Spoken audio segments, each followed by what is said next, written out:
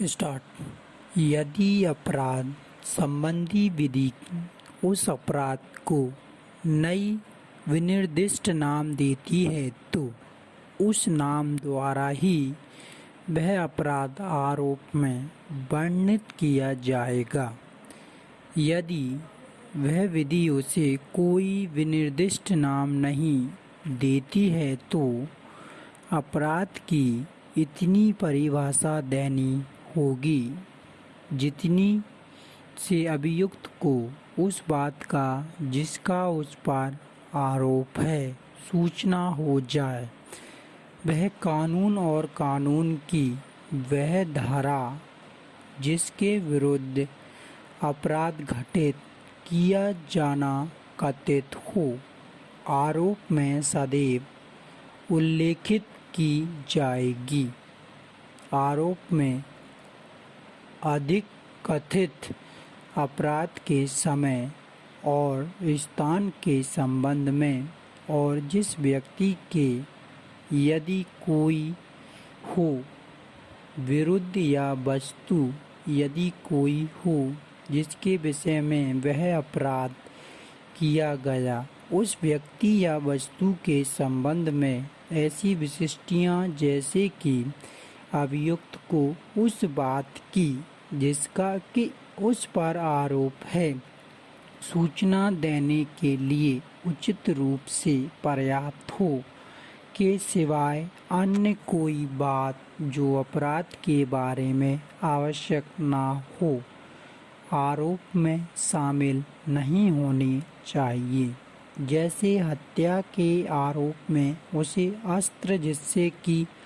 हत्या की गई हो या विनिर्दिष्ट करना आवश्यक है। झूठी साक्ष्य देने के अभियोजनों के संबंध में भारतीय दंड संहिता की धारा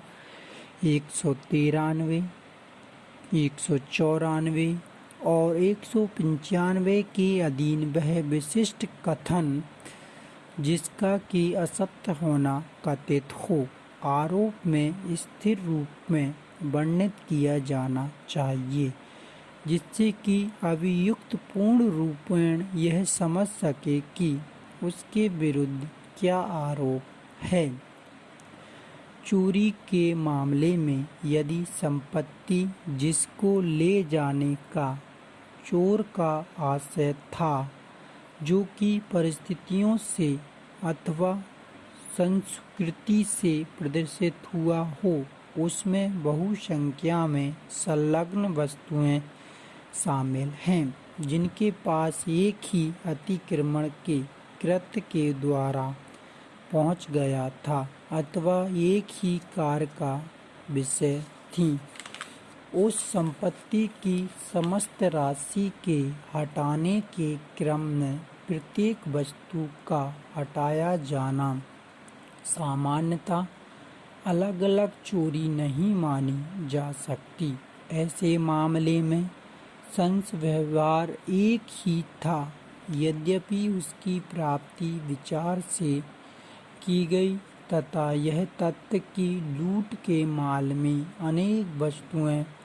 सम्मिलित हैं चाहे वह एक ही या विभिन्न स्वामियों की हों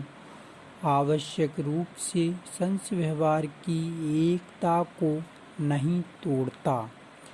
दूसरी ओर यदि ले जाई गई संपत्ति में बहुसंख्या में वस्तुएं सम्मिलित हैं जो इस प्रकार दूर दूर भिन्न भिन्न स्थान में स्थित थे जिसमें अलग अलग अतिचार के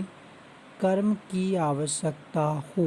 या प्रत्येक को ले जाए जाने के लिए अलग अलग उपक्रम की आवश्यकता हो कार्रवाई को साधारणतः एक ही होना नहीं माना जाकर मिश्रित माना जाना चाहिए और उसकी उपलब्धि एक से अधिक अलग अलग चोरी के घटित किए जाने को आलापित करती है। जैसे एक चोर एक घर में प्रवेश करके वहाँ जो वस्तुएं पाता है एक के बाद एक उठा लेता है।